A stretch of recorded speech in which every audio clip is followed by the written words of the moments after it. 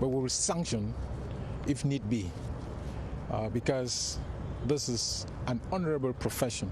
If we inform, educate, and entertain, we have to do that with the social responsibility, which is that of the press. To safely perform his functions, Prime Minister Joseph John Goody has urged Joseph Chebonken Kalabobse to show proof of team spirit and collaboration. During the ceremony, Joseph John Goody voiced the gratitude of President Paul Biya to the outgoing president of the NCC, Peter Esoka, for concerted efforts in sanitizing the media milieu in Cameroon. And professional journalists in Cameroon have maintained that the National Communication Council in Cameroon must be given the powers to implement decisions it takes to, if not, it will remain a toothless bulldog in the country. To them, the National Communications Council simply observes the media landscape and sanctions, but the sanctions are never implemented. Emmanuel Avamier spoke to some of them and reports that the problem of the organ goes beyond who heads it to the content and direct responsibilities of these structures. Emmanuel? They are focused on their roles as journalists, but count on the National Communication Council to truly watch over their activities by ensuring an enabling media landscape. But for this to happen, they allowed the NCC needs more powers beyond observing and sanctioning. It takes decisions which are never enforced. And we expect them to shoulder responsibility, which is like a calling to the authorities that created the National Communication Council to give them powers. The President of the Republic has to know that if the decisions of the NCC are not implemented, it is his authority that is dragged in mud. The National Communication Council would need to stay away from political engagements journalists have advanced. Building the capacities of those they watch over, they say, is inevitable. The National Communication Council is in Yaoundé, and I don't remember the last time they paid us a visit here. How can you be monitoring somebody you don't even know from where he operates? They have to stop bureaucracy, and they should publish a guide which they will distribute to media houses so that journalists should know what awaits them if you commit what crime. The new team has been tasked to be credible, credibility which goes beyond the number of media houses or journalists sanctioned. We even want the National Communication Council to manage licenses. The National Commission should even be empowered to manage public aid to private communication. They should not be partial. We need to collaborate with one another. I think the achievement should not be that in 1 month you have sanctioned 20 media organs. That's not. It means that you have failed in your duty. The NCC has thus got work to do as journalists and media organs in the country watch on. And there's been a new dawn in the communication industry in Cameroon. And with me here in the studio to lay the case for an institution that is yet to receive unanimity from the media industry is Fonka Motabo Bernard, Editor-in-Chief of CRTV News, who is here to share his insights on what's needed to be done to bring media practitioners on board the regulatory agency. Thanks, Fonka Motabo Bernard, for being with us here. Thank you, Ben. Good evening to you. Good evening to your viewers. Thank you very much. And the very question I want to ask you is, media regulation is very, very divisive. It's a very, very divisive issue. That one we know across the board. And as a refreshed team takes up the duty of the National Communication Council, how vital is for the media profession in Cameroon today from your own reckoning? Well, for me, instinctively, journalists that we are, we tend to shun regulation. Whenever anybody tells us, hey, what you're doing is not proper, immediately we feel like our freedom of expression is attacked. And that is because journalists tend to see themselves as independent free thinkers. And because they feel so, it doesn't mean they are above the law. Speaking of which, the 1990s press laws, notably the 90/052 law, ushered in a plethora of media organs, and these also safeguards press freedom. This ultimately paved the way for the National Communication Council to be set up as we're experiencing today. And Joe Chebonkeng and his team obviously have an uphill task. While media professionals want to hold others accountable, they tend to forget that they too have to play by the rules. And that is what is at stake. Most of us are familiar with the self-regulation debate. People say the media should regulate itself. That is as old as the profession. But the whole issue here is that it is very divisive, because nothing reassures us that once a self-regulatory institution is set up, it wouldn't be challenged by other journalists. Journalists could as well challenge their colleagues trying to regulate them. So that is the challenge facing them. And let's agree for once that now our regulatory framework is National Communication Council, and our attention is really on improving how it performs. Now tell me, Joe Chebonkem is coming up at an era where every other decision taken by even a regulatory agency like the National Communication Board is being contested by reporters and journalists on the platform. How different is it going to look like now that the new team is here? Is Mr. Joe is going to change the modus operandi?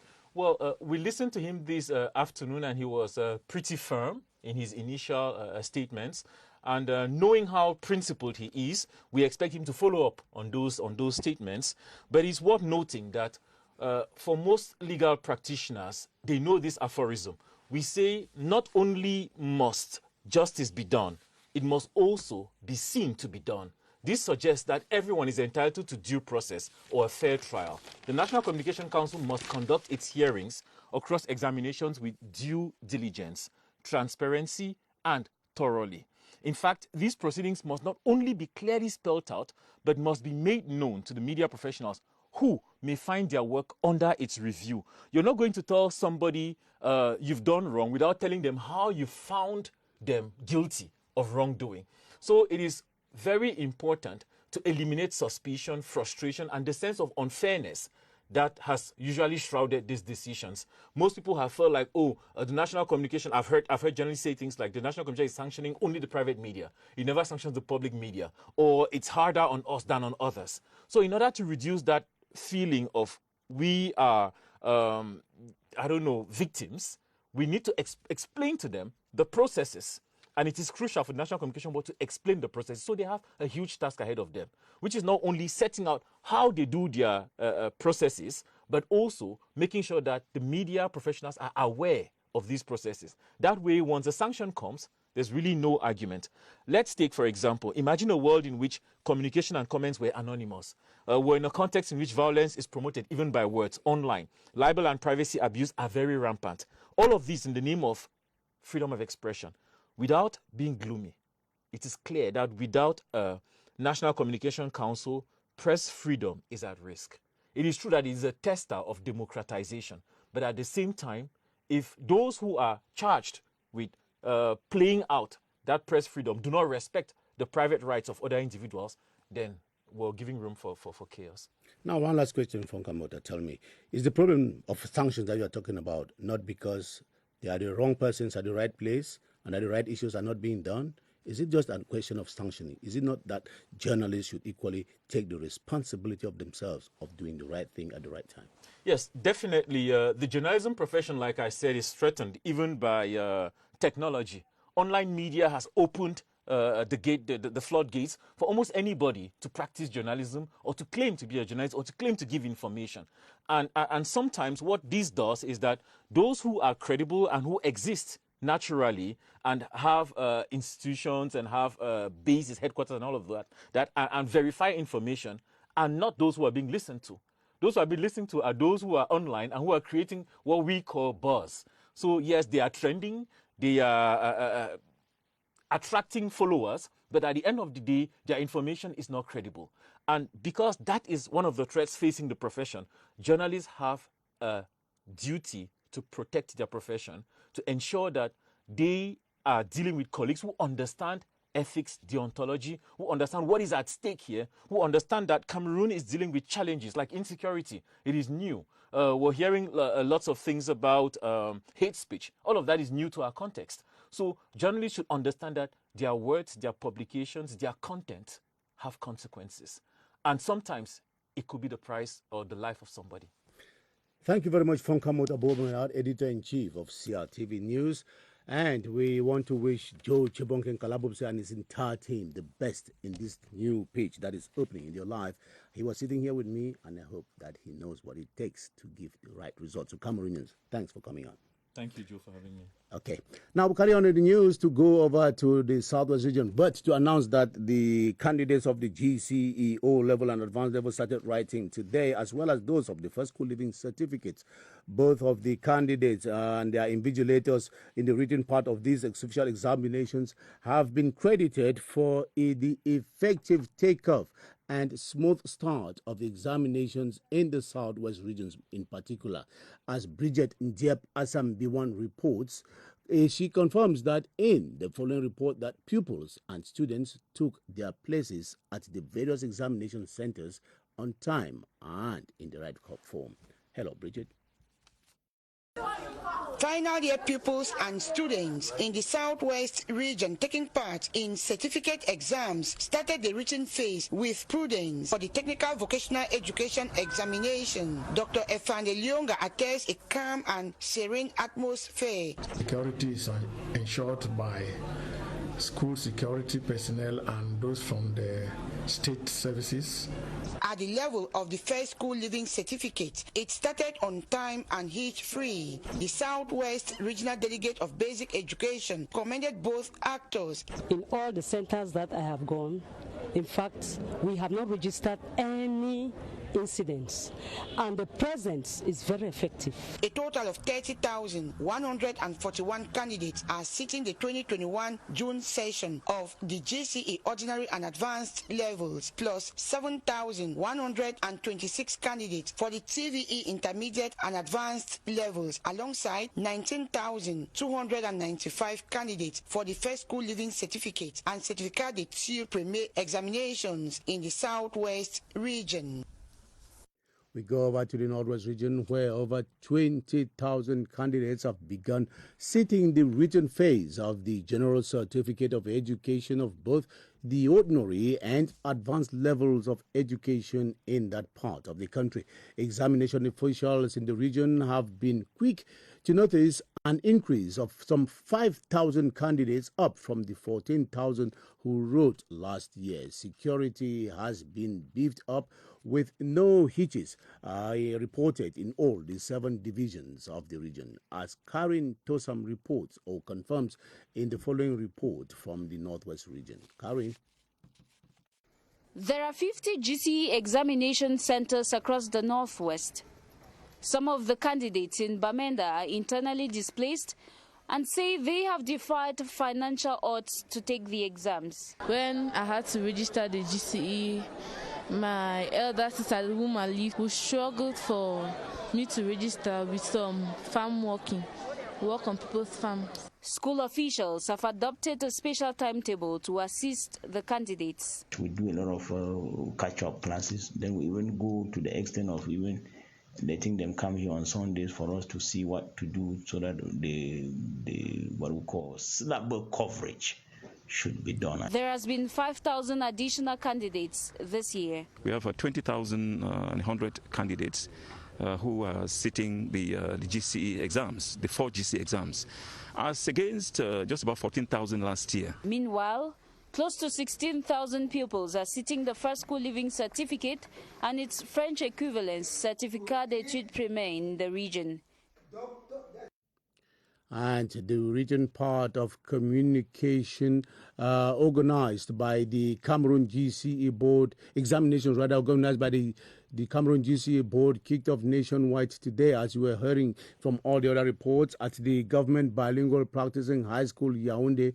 One of the examination centers, over the 1,130 candidates began sitting the examination in strict respect of the safety measures against the spread of the COVID-19 pandemic. Rainato Saleh reports. The rush started as early as 6 a.m. Candidates at the GC ordinary and advanced levels are making their way to their various examination centers. At the gate, all students must respect COVID-19 barrier measures, face mask, thermoflash, and then washing of hands. This morning, very early, we had all the classrooms disinfected. We have almost 50 different water points around the campus. At the level of the classrooms, the students are sitting one per desk. At exactly 8 a.m., the signal is given. And the first paper of the day is economics.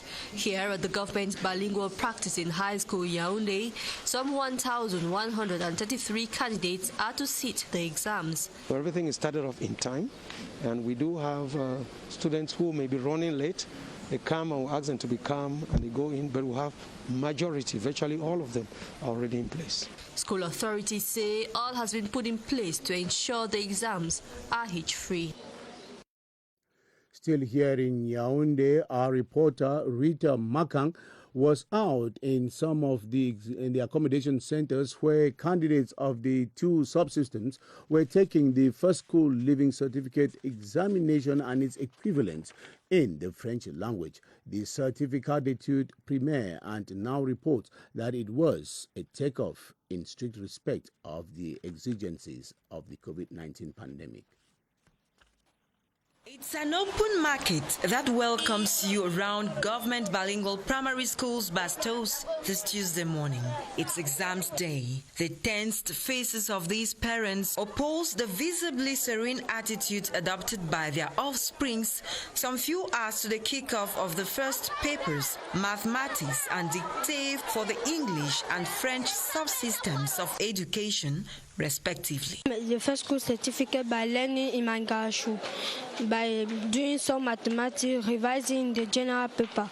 I was reading my book. I was not absent to school and the teacher helped me to read. Over 1,021 candidates here are sitting the first school living certificate exam and some 550 candidates going in for the Certificat d'études primaires. For measures against the COVID-19, we have our hand washing bucket that have water that will be flowing with soap. We also have hand sanitizers. We tell children to practice social distancing in the class and even outside during long break.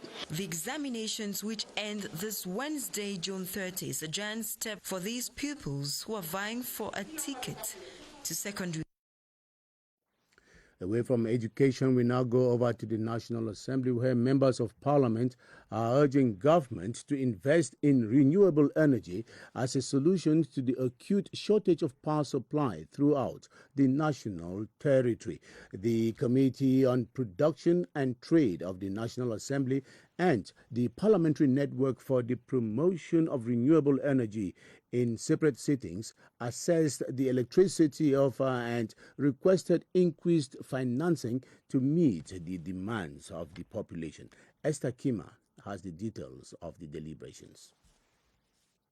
To remedy the energy deficit in Cameroon, Deputy Speaker Honorable Kombogberi prescribes the full exploitation of alternative power sources. Government is heeding the call of Honorable Peter Mandio's network and is swinging into action. The small power plant that are constructed in Macao Carrière, at the end of the year, this power plant will be on service to electrify 3,000 people. The use of renewable energy is already bearing fruits and is worth emulating. In Murphy, the borehole that I did, I use solar energy. People can always have water. Renewable energy can be managed by small societies. You can have a small waterfall or biogas, any sort of energy which can be managed just at the community level. In the Committee on Production and Trade, Honorable Guillaume Bakam joined the legislators to harp on the diversification of options. We cannot rely solely on a new. We have other sources of energy where we believe that the government should privatize it to assist where a new is lacking. Government of Cameroon should really multiply their offer, let people who want really to invest in energy to do it and try to bring the price also down. Areas like Ekuna, Munyenge, Bafia are empty, but these people still receive electricity bills. The energy of Cameroon is committed to step up supply through investments that will light up households in urban and rural areas. Now, seated at the National Assembly, where members of the Finance and Budget Committee of the Senate, taxation and custom officials have been exploring ways of rationalizing tax expenditure to prevent the loss of state revenue resulting from tax exemptions and waivers. A workshop to that effect in Yaoundé today, chaired by the President of the Finance and Budget Committee of the Senate, Esombachungi Eli Victor, focused on measures to render tax expenditure beneficial to local populations. We have details of that deliberation with Senate correspondent Charles Anyangwe. In 2008, during the food crisis in Cameroon, the government took measures such as tax exemptions and waivers for importers to reduce the prices of some basic commodities. Following a study carried out in 2015, it came out that the exemptions favored importers and not the local population. To fight against these, officials of the Tax and Customs Department organized this workshop for members of the Senate to rationalize tax expenditures by evaluating the socio-economic impact and to abolish tax expenditures that have proven to be ineffective.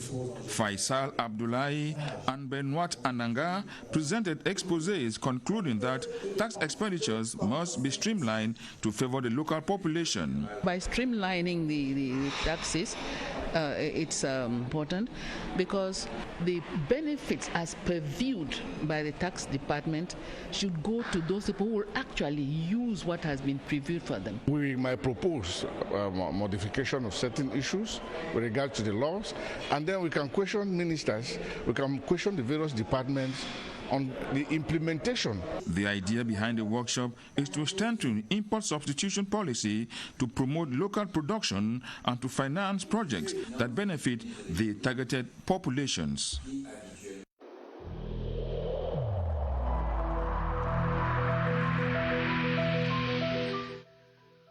I urge you once again to put on your face masks, to wash your hands regularly, and to consult a physician or any other health personnel if you notice any symptoms. This is the only way to save lives and to curb the spread of the virus.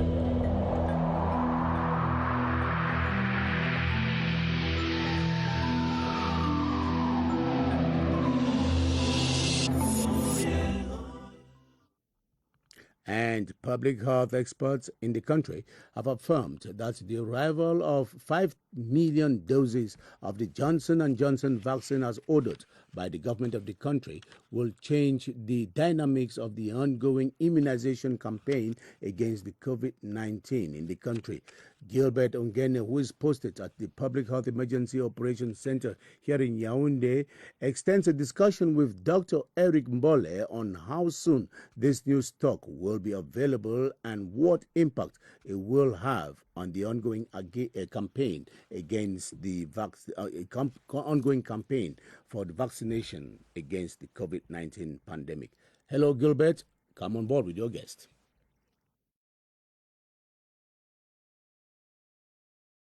Hello, Ben Meno-Poufong. Welcome to the Public Health Emergency Operations Center.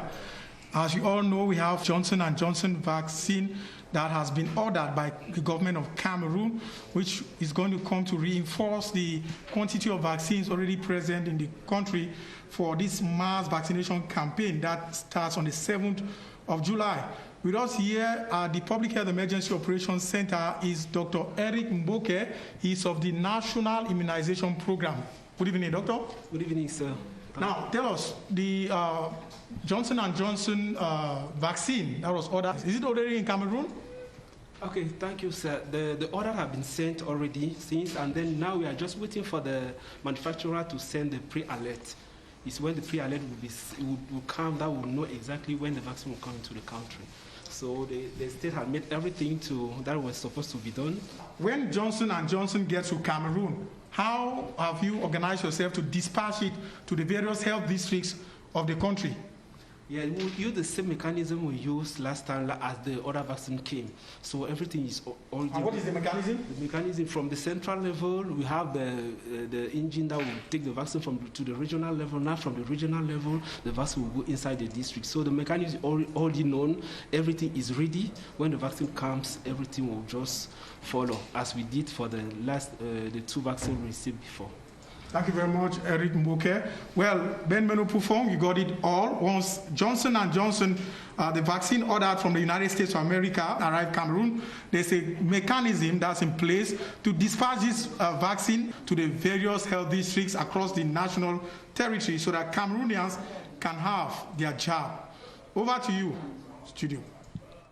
Thank you very much, Gilbert Ongene, for those updates. And now on to this press release from the Cabinet of the Prime Minister's Office, and it reads, on the esteemed instructions of the President of the Republic, His Excellency Paul Biya, the Prime Minister, Head of Government, Joseph John Gute, shall on Wednesday, the 30th of June 2020, that is tomorrow, at 2 p.m. at the Yaoundé Hilton, preside over the official launching ceremony of the new funding mechanism of the Global Fund for the fight against AIDS, tuberculosis, and malaria. And that communique has been signed by the Director of Cabinet, Balungeli Confiance Ebune, from the Prime Minister's Cabinet. The Circle of Friends of Cameroon, CERAC, has joined the Globe Alliance to call for a collective responsibility towards the fight against sickle cell anemia in Cameroon. A high-level delegation of CERAC members at the behest of the founding president, Madame Chantal Biya, was in Fou today, that is here in the Central Region, to donate an important stock of anti-sickle cell medications for persons living with the disease. The donation was part of CERAC's contribution to the commemoration of this year's World Sickle Cell Day.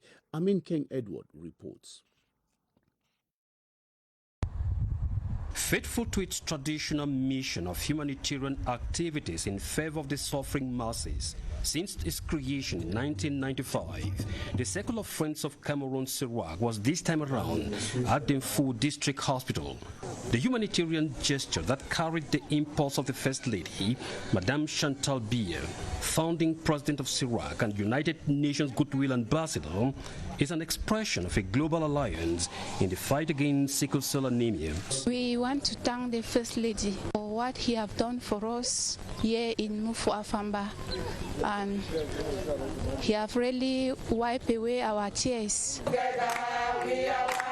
The thanks and gratitude of the beneficiaries were re-echoed during a brief interreligious service with special prayers dedicated to the presidential couple, Paul and Chantal Biya, for God to grant them good health and long life as they continue to work for humanity. The spokesperson of the Circle of Friends of Cameroon, Madame Veronique Nganonjumese, sitting in for the founding president, Madame Chantal Biya, challenged couples to make responsible choices before marriage, adding that the fight against sickle cell disease is a moral obligation and a collective responsibility, and attended, amongst others, by the Minister of Trade, Luke Magua Tangana, who joined the CERAC women and children living with sickle cell anemia for a photo session. And the government of Cameroon is availing the agricultural subsector in the country with the sum of up to 7 billion CFA francs to support the production and productivity in the cocoa and coffee sectors. It may not be the first time that the subsector is receiving the push of the government, but what remains questionable is how well the government's support has been used to scale up quality and quantity in the agricultural production, and especially cocoa and coffee production subsector. We have details in that report with Joyce Kimbi for YG. Agric policy in Cameroon includes ensuring household food security, contributing to economic growth, especially in boosting foreign trade, producers' earnings, and their living conditions. It is within this policy that the Steering and Orientation Committee, responsible for the implementation of the policy of granting agricultural subsidies in Cameroon, has allocated billions of CFA francs with outlined criteria and modalities of eligibility for producers. Having the farms under 30 years old.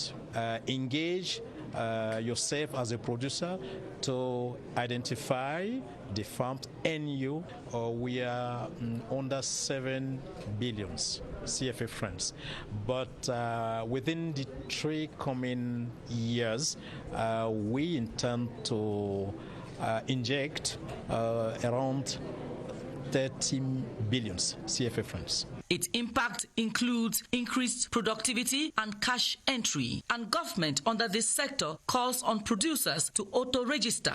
For the first year, we can cover around 15,000 farmers, and in 3 years, we hope to cover about 120,000 farmers. It's important because agriculture remains the backbone of Cameroon economy, employing over 70% of its workforce.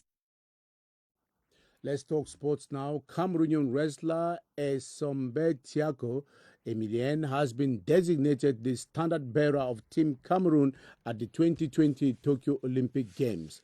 This is one of the decisions made public today after the Executive Bureau meeting of the National Olympic and Sports Committee of Cameroon that was chaired by the President Hamad Kalkaba Malboum. Gilbert Ongene tells us more.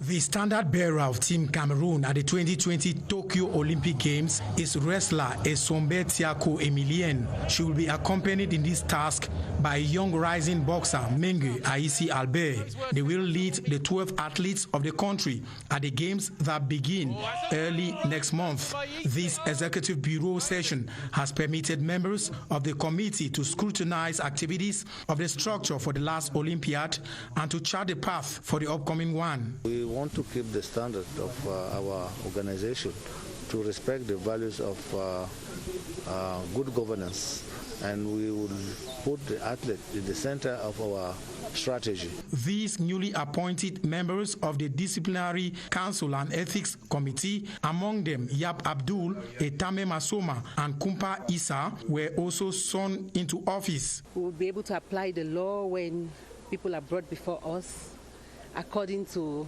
the statutes. So we are looking forward to giving our best for the good of the nation and the sports community. The designated standard bearers of Cameroon will be handed the flag of the country in a solemn ceremony at the headquarters of the National Olympic and Sports Committee this Thursday, July 1. The 7:30 news on the Cameroon Radio Television.